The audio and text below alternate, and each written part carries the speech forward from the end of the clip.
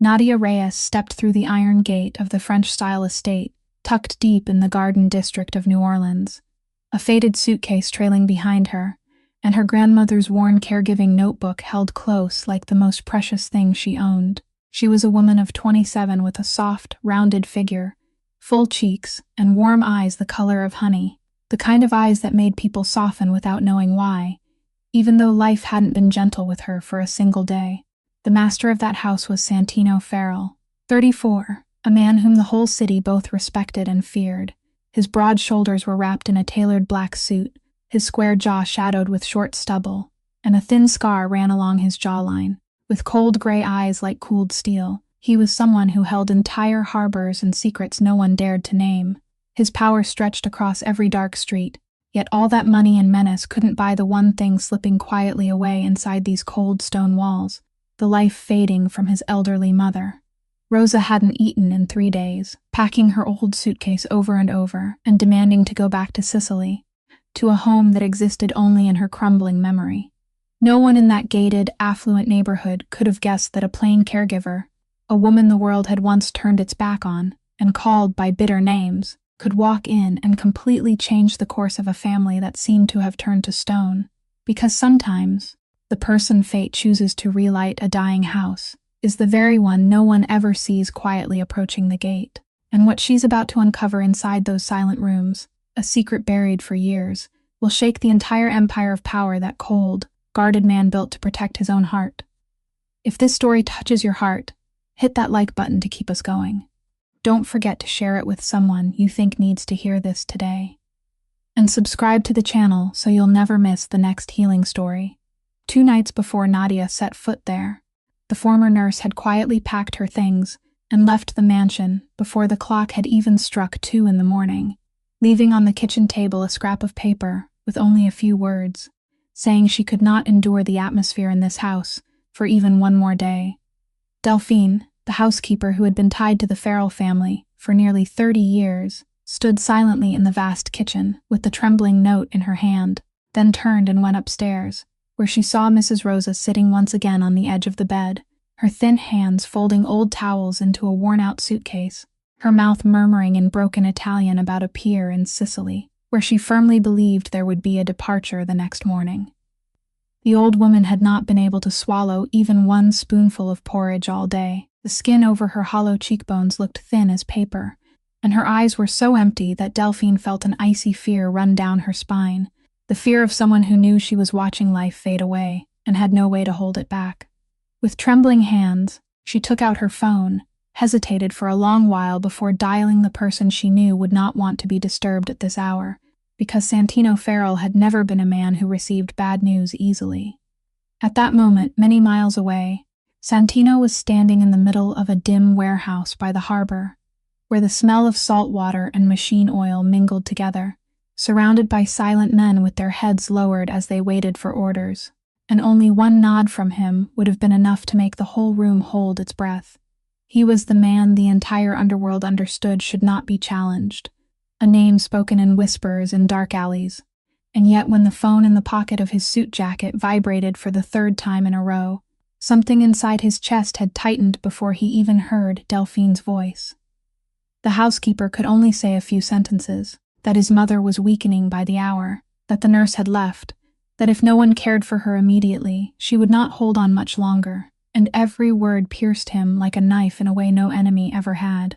Santino stepped out of the warehouse, stood beneath the dim yellow light of the harbor,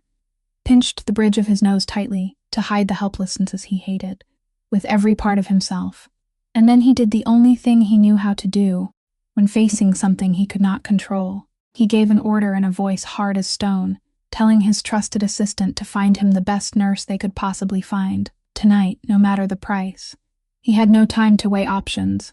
not even a moment to investigate carefully, as he always did with anyone stepping into his world, because this time what was at risk was not money or power, but the only woman who had ever given him a home, and that haste, though he did not yet know it, would become the opening fate had been waiting to slip through. The message moved through the night, passing along tangled connections, and by dawn a name was sent back, a woman named Nadia Reyes.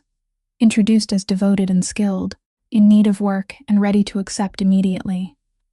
When the sun had not yet had time to chase away the thin mist covering the rows of ancient oaks in the garden district, Nadia was already standing before the towering iron gate, looking up at the French-style mansion rising before her like a silent fortress, and she tightened her grip slightly on the strap of her faded suitcase. A small camera on the gatepost turned toward her, its soulless eye following every movement, and after several heavy seconds of silence, the gate gave a low metallic groan and slowly opened like the mouth of a giant beast swallowing a stranger. She stepped onto the gravel path leading up to the house, with flower beds on either side that had long gone uncared for, and the closer she came, the more clearly she felt a coldness that did not come from the weather, but seeped from the gray stone walls themselves, as if this house had forgotten the feeling of human warmth a very long time ago.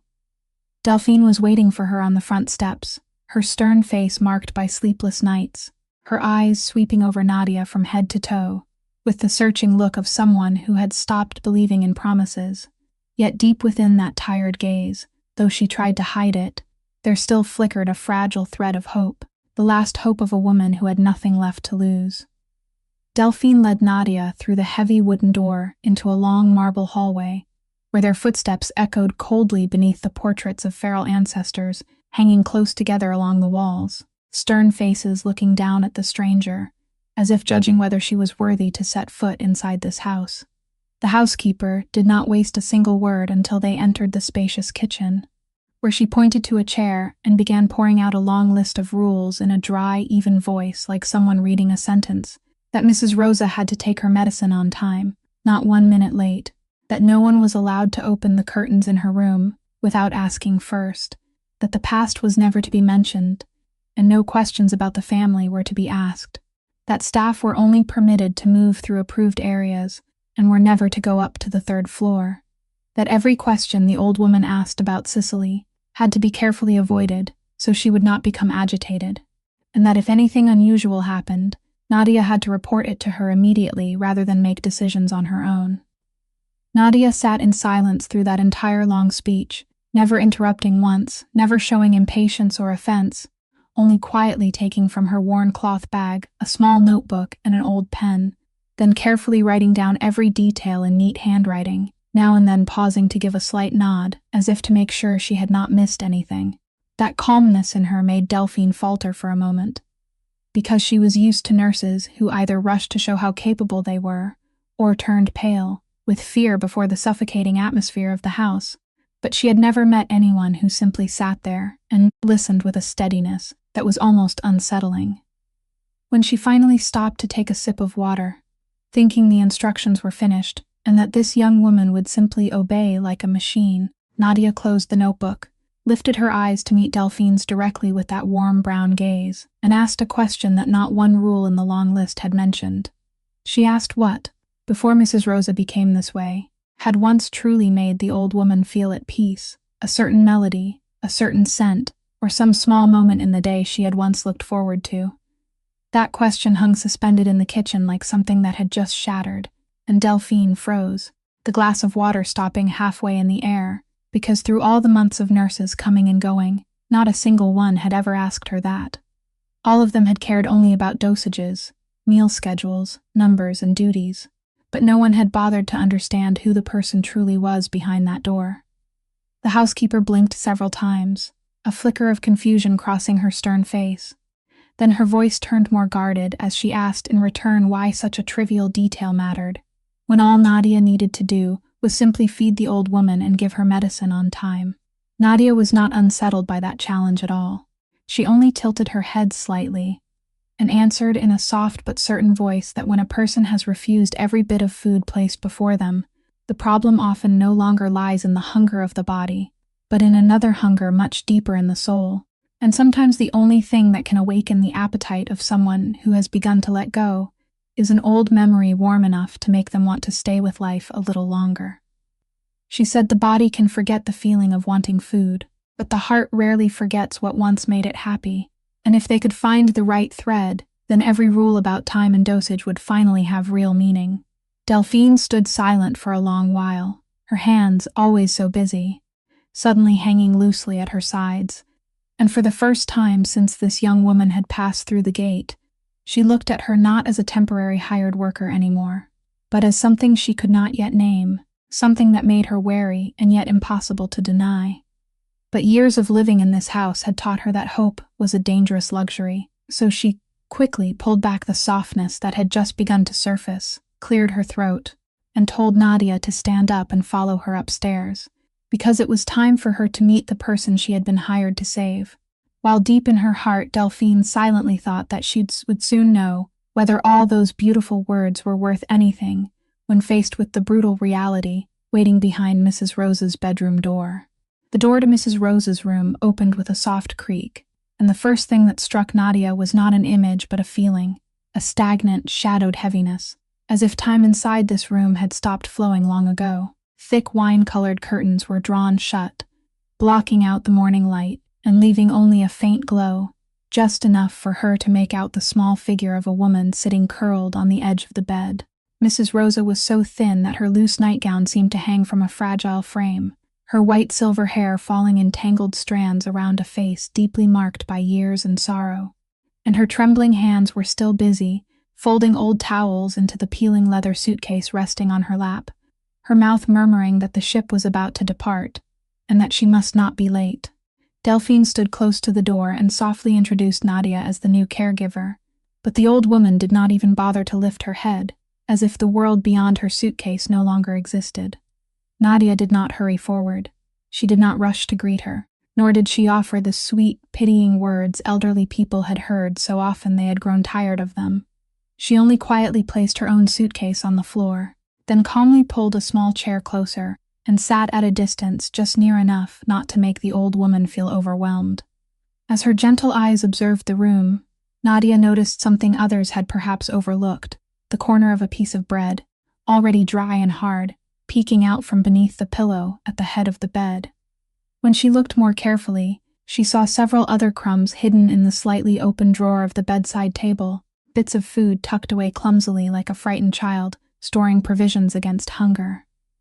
That small detail made Nadia's heart tighten, because with the experience of someone who had cared for so many elderly people over the years, she understood that a person who hid food like that did not do so out of stubbornness or difficult temperament,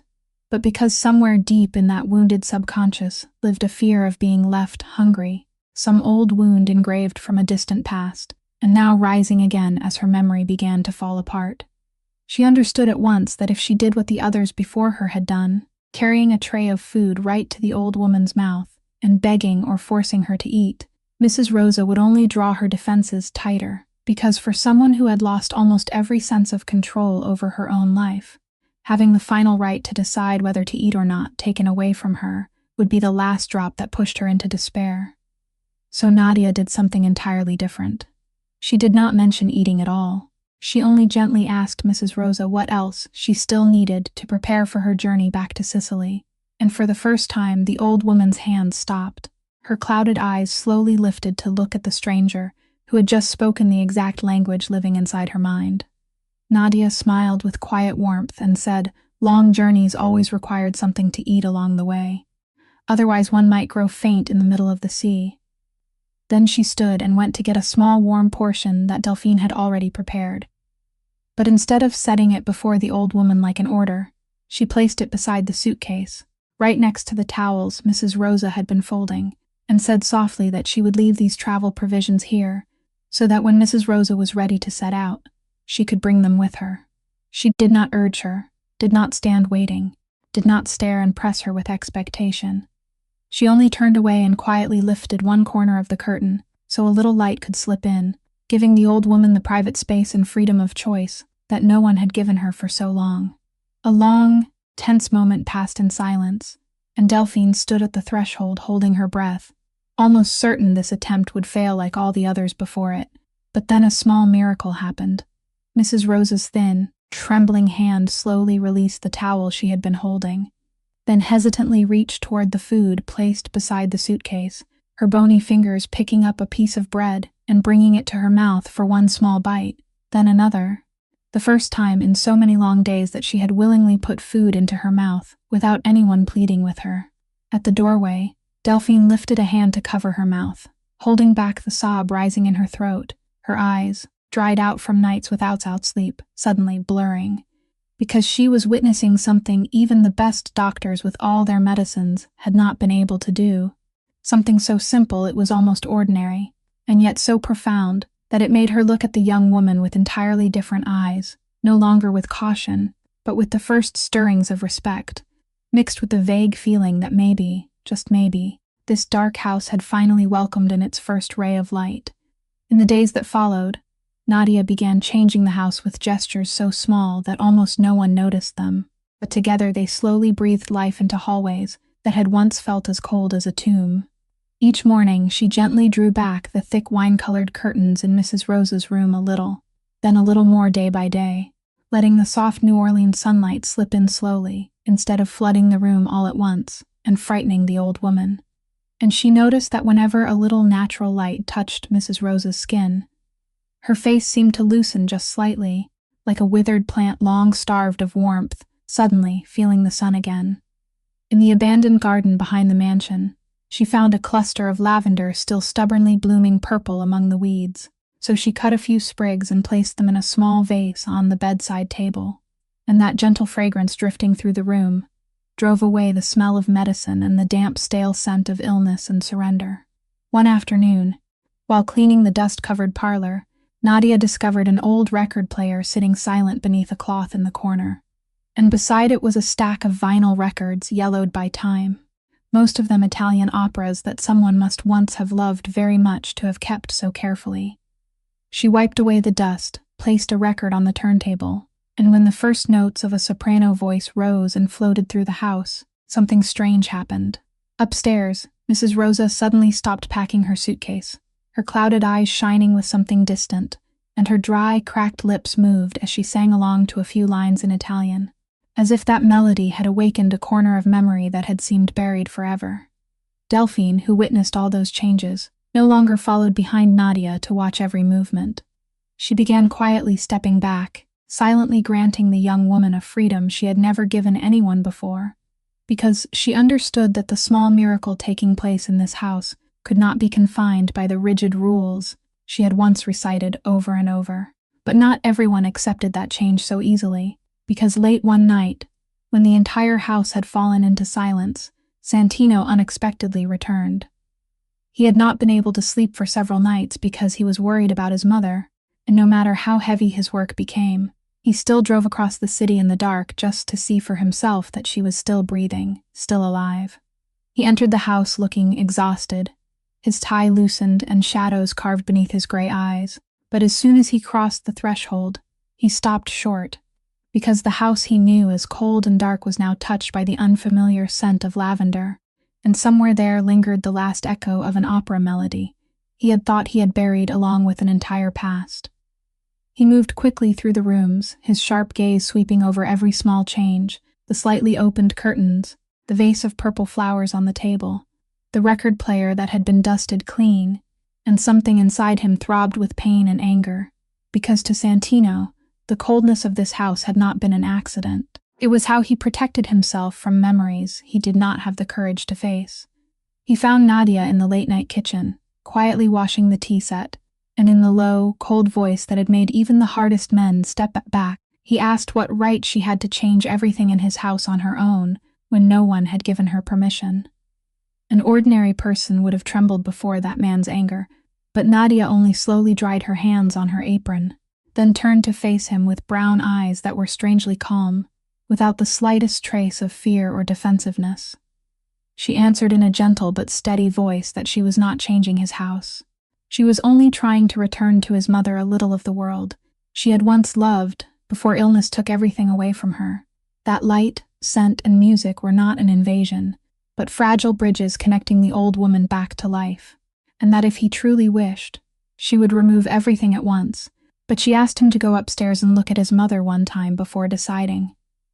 Those words made Santino freeze, the anger about to erupt suddenly catching in his throat, because no one in his world dared answer him with such composure, not with arrogant defiance, but with a calmness born from absolute faith that what she was doing was right. He looked for a long time at the small, rounded woman standing before him, feeling a strange disturbance in his heart that he could not name. And then, without saying another word, he turned and walked up the stairs into the darkness of the night, leaving behind Nadia, who still stood there quietly. And the first question that had just begun to kindle inside his hardened heart about this unusual woman. One quiet afternoon, while Mrs. Rosa was dozing after her meal, Nadia began cleaning the large wooden wardrobe set against the wall of the old woman's room. A wardrobe Delphine said no one had dared touch for many years because the former mistress of the house had always kept it locked. And only after Delphine reluctantly agreed did Nadia gently open the heavy drawers thick with the dust of time. As she folded and arranged the yellowed linens, her fingers brushed against something hard and cold hidden at the bottom of the lowest drawer, and when she lifted it carefully, she realized it was an old rosary made of dark olive wood, the beads worn smooth by countless times being turned through whispered prayers, with a small silver cross at the end, tarnished by the years. Beside the rosary lay a brown leather-bound notebook with a frayed spine, and when Nadia softly turned the thin, yellowed pages inside, she saw them covered with lines of handwritten Italian, the delicate slanted script of a woman, some pages clear and steady, others shaky and scrawled, as if written in delirium, and she understood at once that this was the diary Mrs. Rosa had written over many years, recording her thoughts during rare moments of clarity amid the dense fog of confusion, those moments when her mind suddenly flared like a candle, giving one final burst of light before going out. Tucked between those pages was a photograph faded to brown and gold, and when Nadia held it beneath the late afternoon light, her heart tightened softly, because in the picture was a little boy of about 5 or 6 years old, with black hair and large solemn eyes, standing close beside a beautiful young woman whom Nadia recognized immediately as Mrs. Rosa from brighter days. And though the boy's face was still childish, that deep gray gaze could not be mistaken for anyone else. It was Santino as a child, a boy who looked strangely distant and silent for his age. Nadia sat still for a long time beside the photograph, sensing that behind the cold face of that powerful man was an entire story no one had ever heard, and she carefully placed the rosary, the diary, and the photograph back exactly where she had found them, because she understood that these were sacred things that did not belong to her, even though deep inside she already sensed that they held the key to the secrets pressing heavily upon this house. That night, when the whole mansion had sunk into sleep and only the chirping of insects drifted in from the garden, Nadia was awakened by faint sounds coming from Mrs. Rosa's room. She hurriedly pulled on a robe and stepped across the hall, only to find the old woman sitting upright in the darkness, her eyes wide as she stared into empty space with a look both terrified and aching. Nadia gently approached, sat on the edge of the bed, and softly took the old woman's thin, ice-cold hand, about to speak words of comfort, but Mrs. Rosa suddenly turned sharply, her clouded eyes fastening on Nadia's face in the faint moonlight leaking through the gap in the curtains, and then she cried out a name in a broken, choked voice, a name that was not Nadia's, but the name of some girl, and she gripped Nadia's hand tightly, calling that name again and again, as if she had just found something lost long ago. The old woman began stammering broken words, half awake and half lost in dreams, saying she was sorry, that it had not been the girl's fault, that if only she could turn back time, and tears rolled down her wrinkled cheeks while Nadia could only hold her and soothe her, her heart rising with indescribable pity and deep confusion, because she understood that she had accidentally touched some old and bottomless wound in this woman's soul, a loss that had been buried for so long that even the illness eating away at her memory could not erase it. She softly hummed a gentle lullaby, until Mrs. Rosa slowly calmed and drifted back to sleep in her arms, but Nadia stayed awake for the rest of the night, her eyes constantly turning toward the wooden wardrobe, where the rosary and the diary were hidden, her heart filled with unanswered questions about who that lost girl had been, about the remorse weighing on the old woman's heart, and about how all of it was connected to the cold man carrying an empire of darkness on his shoulders, the man whose orbit she was being drawn into more and more with every passing day, without even knowing it. Since the night he had found Nadia in the late-night kitchen, Santino began returning to the mansion more often, and each time he came home, he lingered a little longer, though he himself would not admit the real reason. He often stood silently at the threshold of his mother's room, hidden in the shadows of the hallway, listening to Nadia speak with Mrs. Rosa in that gentle, patient voice that never seemed to run dry. She told her about the weather in the garden, about the lavender bush that had just grown a new branch, about the opera melodies she loved, and sometimes she simply sat in silence, listening to the old woman's meaningless rambling as if they were the most important stories in the world. Santino witnessed the way that young woman treated his mother, not like a patient to be cared for merely as a duty, but like a human being whose dignity remained whole, even though her mind had cracked apart, and something frozen inside his chest began to thaw little by little in a way he could not stop. One early morning, while mist still hung pale over the oak trees, he came down to the kitchen and found Nadia brewing strong New Orleans chicory coffee, the warm, rich aroma spreading through the room and making him stop without meaning to, because it had been a very long time since this house had known a morning that carried the warmth of a real home. She poured him a cup without asking too many questions, only setting it in front of him with a faint smile, and perhaps it was precisely that lack of probing that caused his defenses to lower, because he sat there sipping the coffee one mouthful at a time, and for the first time in his life, before someone who was almost a stranger, he began to let words long locked away slip out. He told her, in a low and distant voice, that this house had never truly been a home, that his childhood had been made of long, suffocating days in an atmosphere always so heavy that a child had to learn to walk softly and speak quietly, had to learn silence and how to shrink into himself, so he would not cause anything that might make everything worse.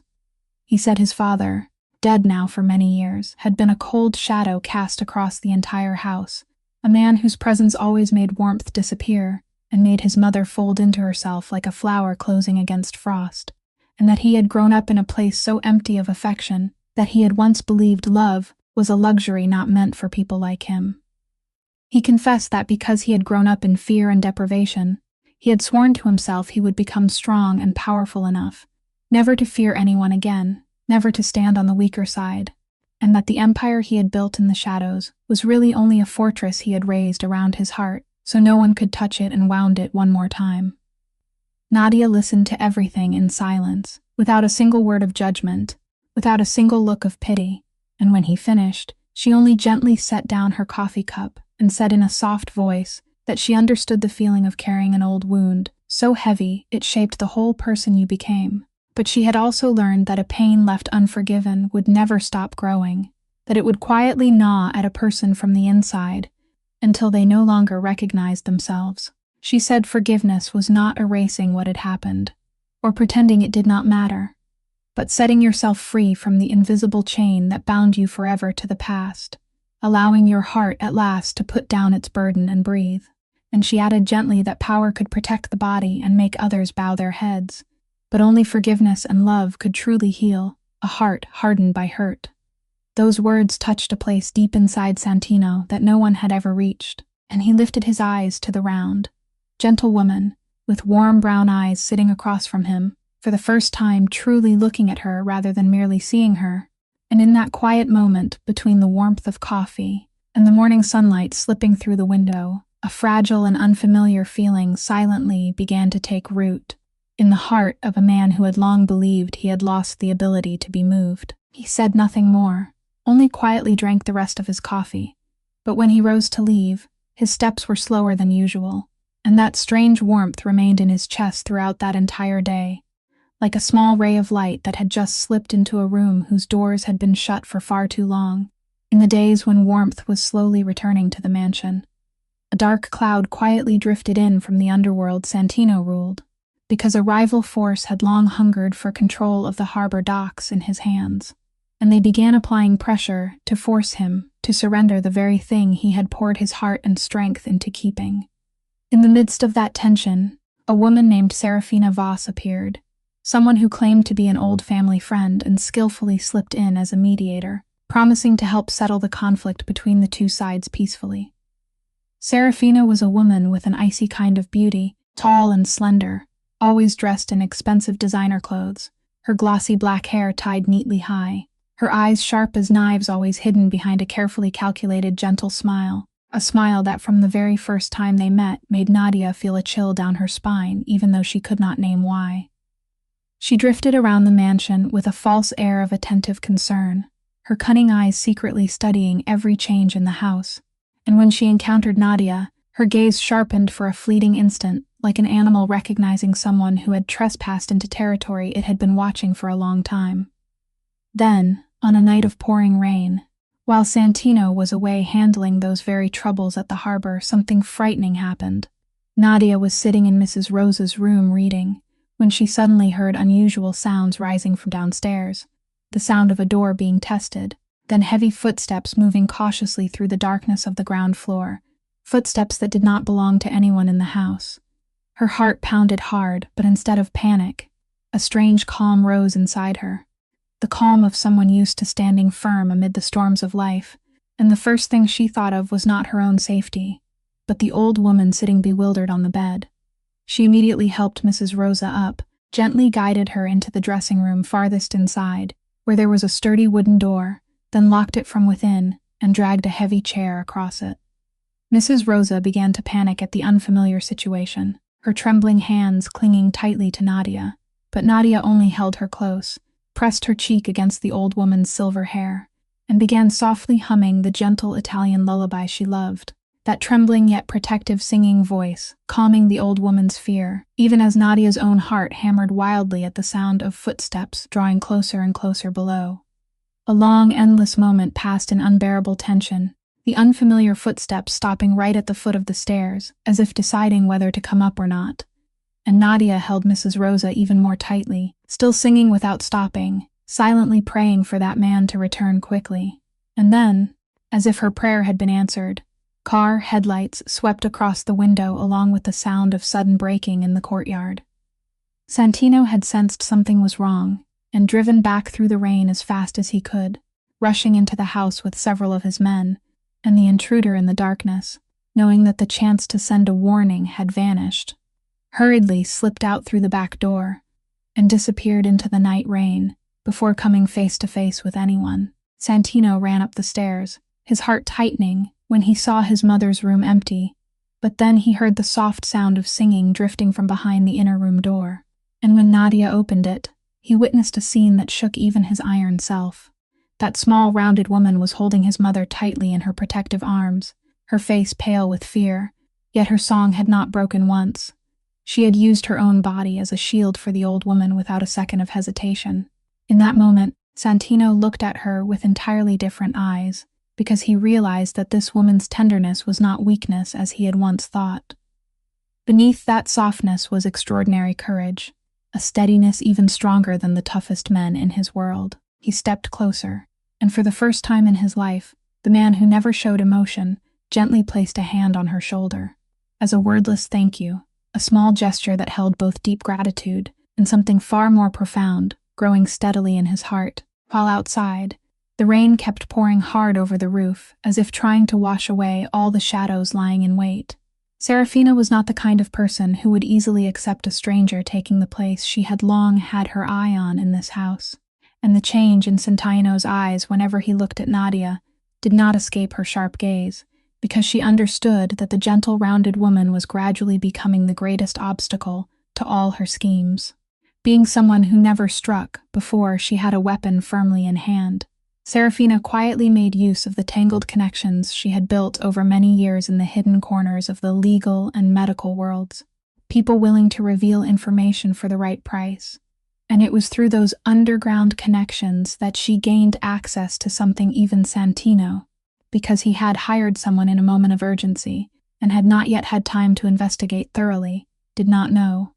It was an old file that had been sealed by the court, pages recording a medical scandal from many years earlier, in which Nadia Reyes's name appeared as the person responsible for a serious mistake that led to the death of a patient, an incident that had caused her to lose her professional license and be turned away by the entire medical field. Serafina held that file in her hands like a sharpened sword, but she was clever enough not to swing it openly, because she knew the most powerful weapon was not naked truth, but truth distorted and dripped at the right moment into the right ear. She began with whispers that seemed accidental beside Santino, her face full of false concern, saying that only because she cared about his family's safety did she dare speak, asking whether he knew who the woman he had allowed to stay close to his mother day and night truly was, someone who had once caused the death of a person under her care, someone cast out by both law and profession, and yet had appeared suddenly, at the exact moment his family was most vulnerable, and quickly slipped so deeply inside. She skillfully planted questions like poisonous seeds, suggesting whether that tenderness might be nothing more than an elaborate disguise.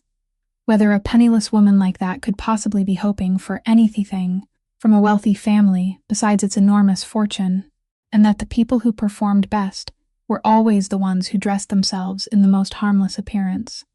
Those words were like drops of poison falling onto ground already barren with suspicion inside Santino, because although his heart had begun to soften before Nadia, a lifetime of growing up among betrayal and calculation had taught him that trust was a dangerous luxury, and that seed of doubt, no matter how hard he tried to brush it aside, kept quietly sprouting through the nights when he lay awake. Nor did Serafina stop there. She also cunningly sowed unease into Mrs. Rosa's fragile mind, choosing moments when Nadia was absent to sit beside the old woman's bed and murmur in a falsely sweet voice that she must be careful with strangers in the house, that not everyone who seemed kind was sincere, and although Mrs. Rosa, lost in confusion, could not fully understand those words,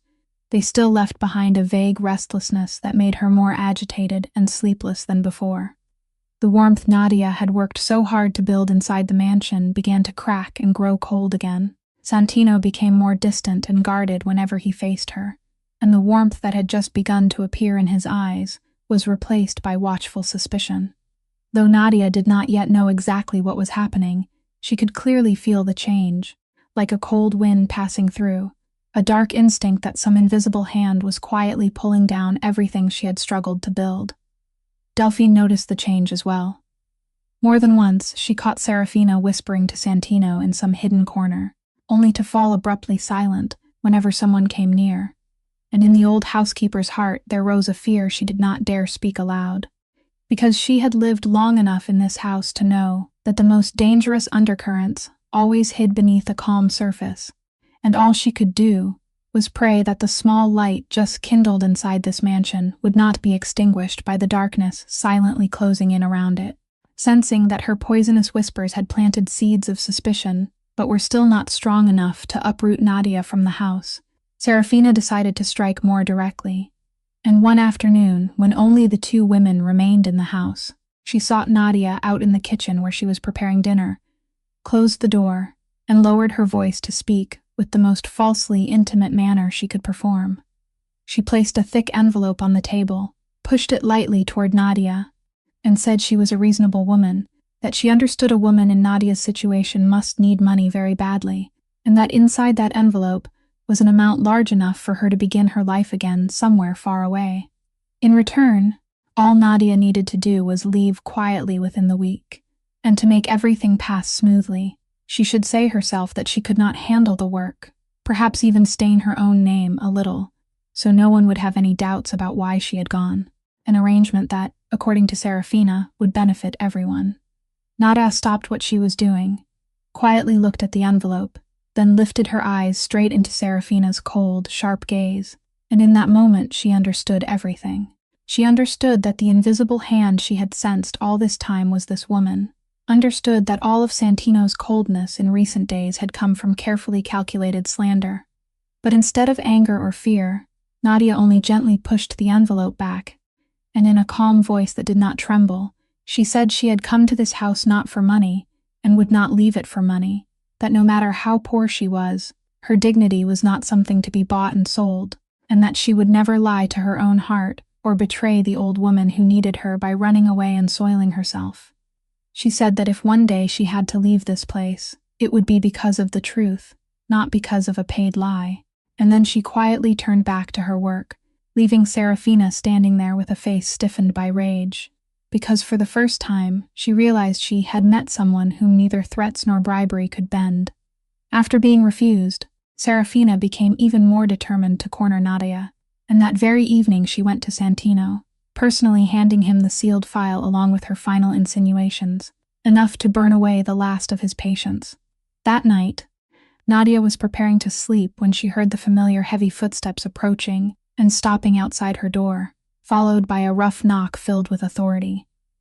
She opened the door and found Santino standing there with a darkened face, his gray eyes holding none of the warmth from those mornings over chicory coffee, but only the cold suspicion of a man who had just been persuaded that he had been deceived. He did not enter the room,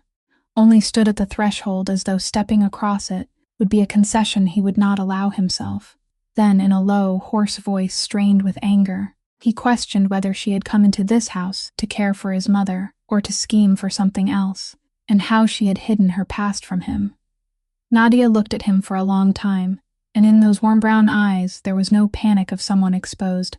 only a deep sadness and a calm so painful it almost broke the heart, because she realized that he had chosen to believe the worst before he had even heard her say one word. She did not beg, did not cry and defend herself, did not kneel and plead for him to trust her. She only said softly that there were truths a person would never be willing to hear once they had decided to see you as a liar, and that one day, when he learned the whole story, she only hoped he would have the courage to live with what he had just done. When Santino announced that she was suspended pending investigation, Nadia only quietly nodded in acceptance, and for the rest of the night she did not sleep at all, but carefully sat and wrote out a detailed set of notes about all of Mrs. Rose's habits, the times for her medicine, the foods she liked, the ways to soothe her when she panicked, the lullaby that helped her sleep, everything written in neat handwriting filled with love, like one final gift she was leaving behind. And when the early mist still lay pale over the oak trees, Nadia quietly slung her faded suitcase over her shoulder and walked through the iron gate for the last time, leaving behind the house she had only just begun to warm, and an old woman about to be left in darkness again, while Delphine stood on the front steps, hastily wiping tears with her sleeve, helplessly watching the small figure of the woman who had brought light with her, only to be forced to leave in injustice. Nadia's departure left behind an emptiness that the vast mansion could not possibly fill, and within only 2 short days, everything she had worked so hard to build began to fall apart like a sandcastle before the waves. Mrs. Rosa noticed the absence of that gentle woman faster than anyone had expected, and although her mind had grown clouded, her heart still felt that the tender hand that had soothed her every night was no longer there, and she began sinking into a deeper and deeper unease. She refused to take the pills Delphine tremblingly brought to her, pressed her lips shut, and turned her face away like a child defending herself, and the meals carried in were once again left untouched until they went cold, just as they had been in the dark days before Nadia set foot in the house. But what broke the heart most was the sight of the old woman dragging out the old leather suitcase again, her thin, trembling hands folding towels into it. Only this time she no longer murmured about a ship to Sicily, but wandered blankly from one room to another, feeling her way along the cold hallways, calling over and over for the kind girl who had sung her to sleep, asking everyone where she had gone and when she would come back. That aching call echoed through the empty corridors, like a blade cutting into Delphine's heart, because she understood that this was no longer the stubbornness of a frail old woman, but the sign of a person slowly losing the reason she had left to cling to life. Delphine tried her very best to follow every line of the notes Nadia had left behind. She brewed chicory coffee, played the opera records, placed lavender on the bedside table, but all those things, without the hands and heart of the person who had created them, were nothing but lifeless shells, and Mrs. Rosa continued to visibly wither day by day. By the 3rd day, when the old woman seemed almost too weak to sit up, her breathing shallow and faint, her skin frighteningly gray, Delphine panicked and urgently called the family's private physician, Dr. Reese Halloway. A middle-aged man who had cared for Mrs. Rose's health for many years, arrived with his familiar leather bag, and after only a short examination, his usually composed face grew so grave that Delphine felt a chill run through her. He immediately asked to speak with Santino in private, and when that powerful man hurried back to the mansion, Dr. Reese did not soften his words, but went straight to the matter with a rare sternness. He told Santino that his mother's condition was no longer a matter of irregular eating or the difficult temperament of old age, as he might still think, but a true collapse of both body and spirit, that her body was gradually giving up because her mind had lost the only thing holding her here. He warned that when an elderly patient like Mrs. Rosa lost the will to live, lost the reason to open her eyes each morning, then no medicine in the world could save her, and that the miraculous life force that the nurse had somehow lit inside her had now gone out, pulling the old woman's life downward with it, hour by hour. Dr. Reese's words struck Santino like a fatal blow. He stood motionless in the spacious study, feeling as if the ground beneath his feet had collapsed, because now he was forced to face the naked truth that his own hasty, suspicious decision had driven his mother to this edge. He remembered Nadia's calm and wounded eyes on the night he had sent her away, remembered her saying that one day he would have to live with what he had just done. And now those words echoed through his mind like a bitter prophecy. For the first time in his life, the man who had once believed power and hardness could solve every problem suddenly realized he was completely helpless, that all the money and influence he possessed could not buy the simple thing the woman he had just driven away had given his mother, the feeling of being loved and respected. He stood by the window looking out into the New Orleans night, his heart tangled with torment, and a question began to ache more and more fiercely inside him: whether he had made a terrible mistake, and whether it was already too late to save anything. That night, unable to sleep because Dr. Reese's warning kept haunting his mind, Santino quietly entered his mother's room in the middle of the night, sat down beside the bed, and looked at her gaunt face sinking into a broken, restless sleep. In his desperate need to understand what he could possibly do to hold her back from the edge, he began searching through the drawers with the faint hope of finding some clue about who his mother truly was. It was then that his hand touched the old wooden wardrobe set against the wall, and at the bottom of the lowest drawer, he found what Nadia had once discovered by accident: the olive wood rosary worn smooth by years of prayer, and his mother's brown leather diary with its frayed spine. He turned through the yellowed pages filled with his mother's slanted Italian handwriting, and although many passages had been written in delirium, the pen strokes trembling and tangled, there were still pages recorded during those rare moments of clarity when her mind suddenly brightened with frightening precision, and the more Santino read, the tighter his heart became. In the most recent clear entries, in handwriting that was weak yet terrifyingly coherent, Mrs. Rosa had written that a woman named Serafina often came to her bedside when no one was around, whispering threats and slander about the kind girl into her ear, that the woman had warned her to stay silent if she did not want that good girl to suffer misfortune. And she wrote in fear and helplessness that she knew Serafina was a cruel person wearing the mask of a friend, but she was too weak and too confused to expose her on her own. Those lines were like a silent witness speaking from his mother's own heart, and they made Santino shudder as he realized that the woman he had trusted enough to let plant suspicion inside him was the very person who had been quietly poisoning this entire house. The very next morning, while Santino was still shaken by what he had read, Delphine came to him with a grave face and a large envelope in her hand. She said a young woman had arrived at the gate early that morning, introduced herself as Camila, Nadia's younger sister, and asked Delphine to place this file directly into his hands after hearing that her sister had been driven away under false blame. Santino opened the envelope with hands that trembled slightly, and what lay inside left him frozen, because it was the true record of the medical scandal from years ago, documents and testimony showing that the person who had caused the fatal mistake back then had not been Nadia but Camila, her young and inexperienced sister, and that Nadia had willingly stepped forward to take all the blame upon herself to save Camila from prison and a ruined future. Included with the file was a tear-stained letter from Camila, in which the young woman confessed everything, telling how for all these years her sister had silently endured being cast out by society, losing her career and her honor, bearing the bitter names people had placed on her. Also, Camila could continue living an ordinary life, and that she could no longer bear to watch her noble sister be wronged again, while she remained silent.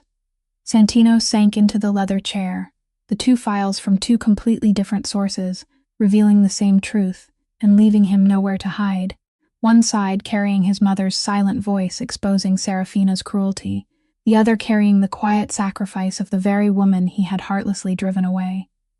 He remembered every moment with Nadia, her tenderness toward his mother, her courage on the rainy night, her calm gaze full of dignity when she refused to kneel and beg, and now all of it appeared before him as clearly as a painting he had been too blind to see, a portrait of a person cleaner and nobler than all the wealthy and powerful people he had ever known. A wave of regret and pain rose and choked his chest, and unable to delay for even one more second, Santino sprang to his feet, snatched up his car keys, and rushed out of the mansion like a man who had just awakened from a nightmare, with only one urge left inside him: to find the woman he had wounded, to say the apology that even 1,000 words might never be enough to express, before it was too late to make anything right. Following the address his assistant had hurriedly found in the file, Santino drove across the city to a poor neighborhood, far from the tree-lined streets of the Garden District. But when he reached Nadia's shabby little apartment, the door was locked and silent, and a kind neighbor told him that at this hour she was usually at the charity elder care center a few blocks away, where she still came regularly to volunteer even though she was not paid a single dollar. He went there, to a plain old building faintly carrying the smell of disinfectant and time, and as he stepped through the quiet hallway, he stopped at the threshold of a small room, because the sight before him made his hardened heart feel as if it had been squeezed tight. Inside, Nadia was sitting beside the bed of a thin, blind old man, an abandoned veteran she was caring for, and she was gently feeding him small spoonfuls of porridge with all her patient tenderness, speaking softly to him as she fed him so he would not feel forgotten. When he had finished eating, she picked up a stack of old letters, yellowed with age, letters the old man treasured from a distant youth, and began reading each line aloud to him in that warm voice, while the wrinkled face of the veteran relaxed into a peaceful happiness, his blind eyes filling with tears as he was allowed to live again inside the most beautiful memories of his life. Santino stood motionless at the door for a long time, and in that moment, every last trace of doubt inside him vanished, because no calculating, self-serving person could pretend to be this kind in a place with no cameras, no witnesses, no benefit to be gained, and her goodness was not a disguise, but something carved deep into every part of who she was. When Nadia finished reading and lifted her head, she saw him standing there, and a flicker of surprise crossed her face, but she did not show anger or bitterness. She only gently patted the veteran's hand, promised she would return, then stepped into the hallway to face the man who had driven her from his house. Santino, the powerful man who had never bowed his head to anyone, stood before her and stripped away every layer of proud armor. In a choked voice, he said he had read his mother's diary, had received the file and the letter from her sister, that he knew the whole truth now, knew she was innocent, knew she had sacrificed her entire life to carry her sister's guilt in her place. He did not try to defend himself or blame Serafina's cunning.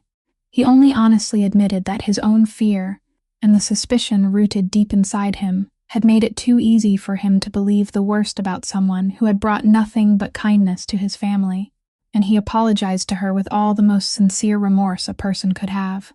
Then he looked up at her with gray eyes glistening with tears for the first time, and asked the question that had tormented him the entire drive: why, on the night he stood outside her room accusing her, she had not shouted the truth in his face, why she had not offered evidence to clear herself, but had instead quietly accepted leaving in humiliation. Nadia was silent for a while, her brown eyes carrying the sorrow of someone who understood too much about life. Then she softly answered that from the bitter years of her own life, she had learned one thing: that when a person has already decided to see you as evil, every truth you try to cry out will only reach their ears as the clever excuse of someone guilty. She said trust, if it must be begged for, will never be real and will never be strong enough to survive storms. That she needed him to find the truth on his own, to overcome his own prejudice and suspicion, and choose to believe her himself, because only the trust born from a person's own heart has any true worth. Those words made Santino lower his head, understanding with painful clarity that the small woman before him carried a nobility and wisdom inside her that all his life spent among power had never given him. He earnestly begged her to come back, not because his mother needed her, but because he had realized the whole house and even he himself needed her. And after a long, thoughtful silence, Nadia lifted her eyes to his sincere gaze, then gave a small nod and agreed to return, not because of his apologies, but because she knew there was an old woman waiting for her with a fading heart, and a heart that had only just learned how to see through truth. When Santino's car turned onto the gravel path leading up to the mansion, and Nadia stepped out with the familiar faded suitcase over her shoulder, the suffocating heaviness that had covered the house for the past several days seemed to vanish in a single moment, as if someone had thrown open a window and let fresh air rush into a stifling room. Delphine was standing on the front steps, and when she saw that beloved rounded figure return, the stern housekeeper who had always kept a careful distance from everyone did something she had never done in nearly 30 years of serving in this house. She hurried down the steps, threw both arms around Nadia, and broke into sobs, whispering through her tears that thank heaven she had come back, that the old mistress had been waiting for her with such aching longing. Nadia held the older woman and gently patted her back, then without wasting a single second, she quickly washed her hands, tied the familiar apron around herself, and went straight upstairs to Mrs. Rose's bedside. And when her warm hand touched the old woman's thin, ice-cold hand and her soothing lullaby began softly, Mrs. Rose's clouded eyes slowly opened, a faint but real light shining inside them, and for the first time in days, her lips moved as she called the name of the kind girl she had been waiting for. The entire house seemed to rise back from the dead. The scent of chicory coffee spread through the rooms again. Opera melodies floated once more, and warmth gradually returned to fill the cold corridors. But Santino knew there was still one thing he had to do before the storm could truly pass, and that was settle the debt with the person who had caused all this suffering. That afternoon, Serafina came strolling back to the mansion with the smugness of someone who believed she had successfully removed the final obstacle. She entered with a carefully painted smile of triumph, but that smile froze at once when she saw Nadia standing calmly in the parlor, while Santino stood in the middle of the room with a terrifying coldness unlike anything anyone had ever seen, his gray eyes looking at Serafina as if he were staring at a piece of filth dragged into the light. He did not raise his voice, did not need violence. He only quietly placed his mother's diary and the file Camila had sent onto the stone table in the center of the room. Then in a calm voice as sharp as a blade, he began stripping away every layer of her mask before Delphine and the household staff. He read aloud the lines his own mother had written during moments of clarity, exposing how Serafina had secretly threatened a sick old woman. Then he revealed the truth that she had deliberately twisted a sealed file to frame an innocent person. And finally, with information his men had quietly uncovered over the past few days, he declared to her face the truth she had believed safely hidden, that she was in fact an insider planted by the very rival force that hungered for his docks, that her role as mediator had only been an act meant to let her slip deep inside his family and weaken it from within. Every word he spoke was like a hammer blow shattering the perfect shell Serafina had worked so hard to build, her beautiful face twisted with both terror and rage, and she tried to struggle against it, insisting that all of it was a misunderstanding, that everything she had done was only out of concern for the family, but her voice had lost all weight before the undeniable evidence laid out in front of her. Santino cut through her excuses with one cold sentence, saying that true protection was built on the search for truth, while what she had done was only exploiting the pain of others to serve her own greed, and that he had been too foolish to let someone like her near the people he loved. He ordered her to leave the mansion at once and never be allowed to return, while also declaring that he was cutting off every connection and every negotiation with the force standing behind her, a firm decision that showed he would never again let himself be manipulated by fear. Serafina, realizing that the game was lost beyond saving, and that all the hidden power she had held inside this house had completely collapsed, gathered the last scraps of pride she had left, threw Nadia a look full of hatred, then turned and quickly walked out through the great doors.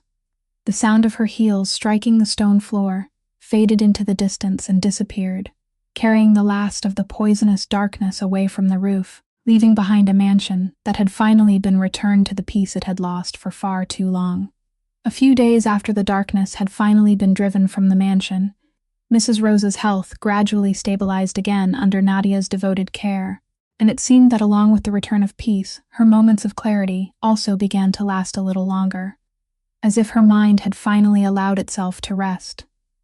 One late afternoon, when golden-orange sunlight slanted through the window of her room, Nadia was sitting and brushing the old woman's hair, when Mrs. Rosa suddenly took her hand, her eyes strangely clear, and in a rare steady voice, she said she wanted to see her son, wanted to tell Santino something she had buried in her heart for several decades.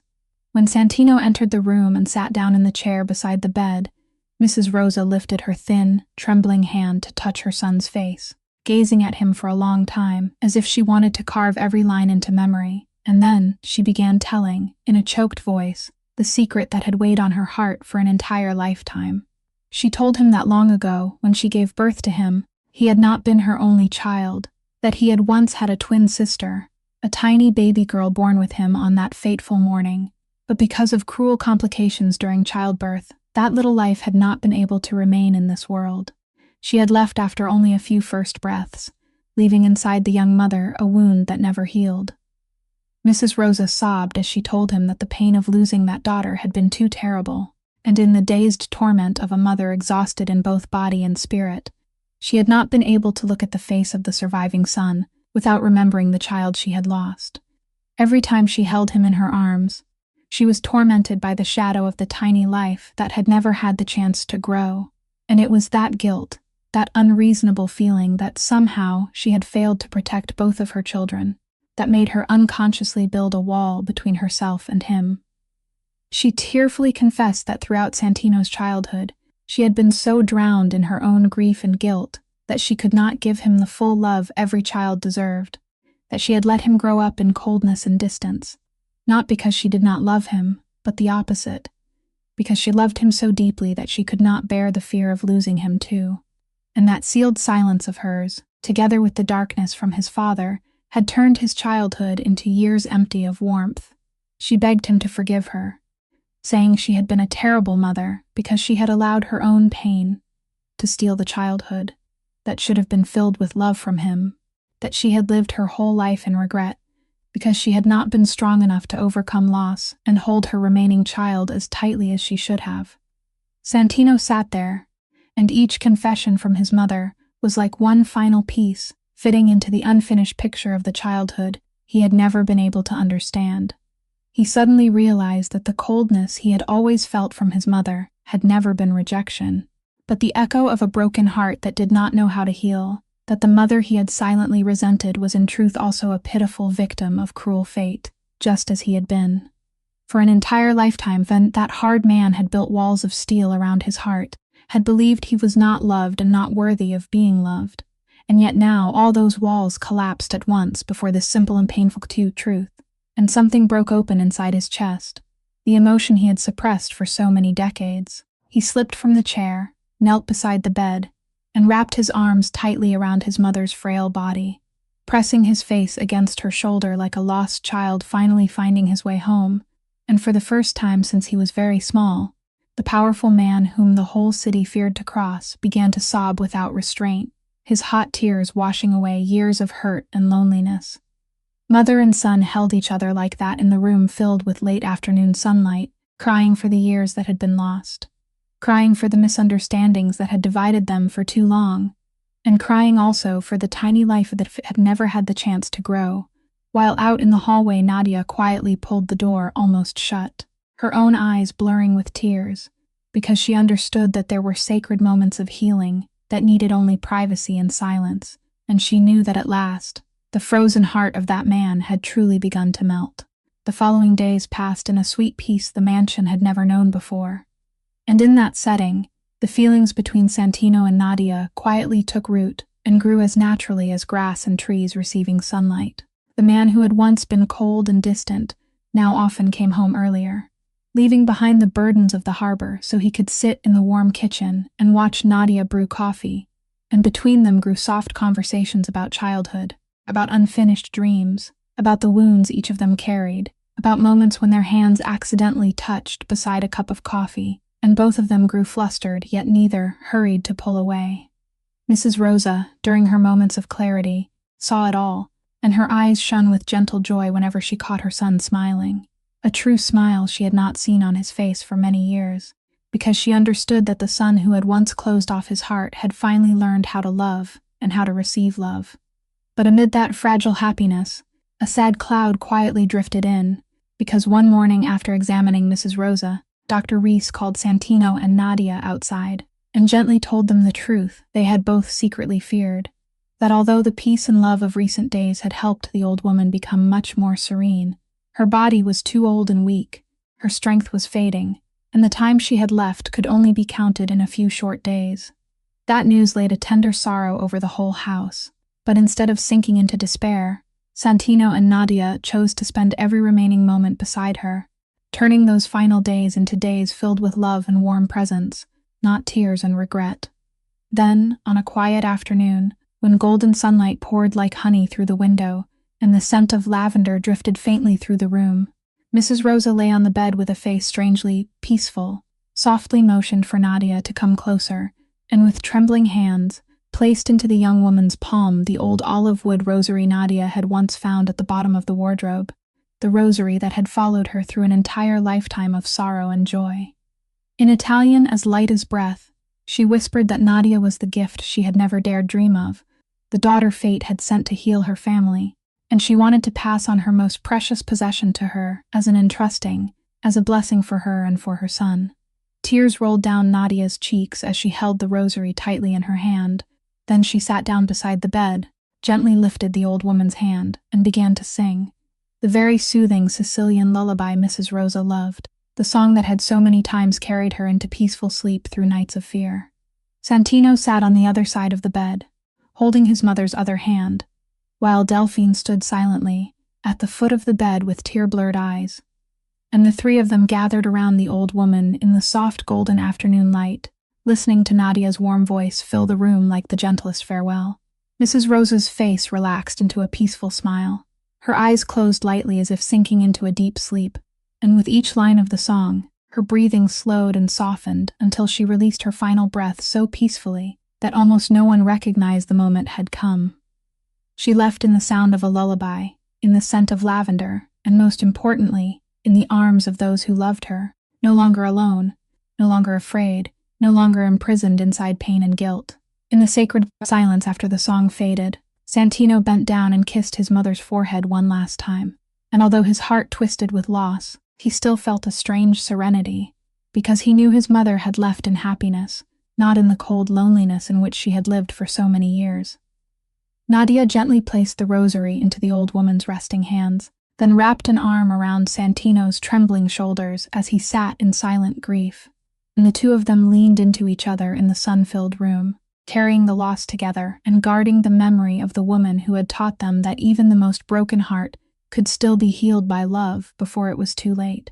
After Mrs. Rosa was laid to rest, something inside Santino changed forever, because his mother's peaceful death in the arms of love had shown him more clearly than ever that all the power and wealth he had spent his life fighting to possess meant nothing compared with a single moment of being sincerely loved. The man who had once believed he had to build walls of steel and spread fear in order to protect himself now understood that those very things had been the prison that confined his heart for so many years, and he began quietly withdrawing from the dark underworld he had once ruled, slowly undoing old ties, handing over responsibilities, cutting off shadowed dealings, and turning toward an honest and simple life he had never dared to dream of, a life with light, laughter, and Nadia by his side.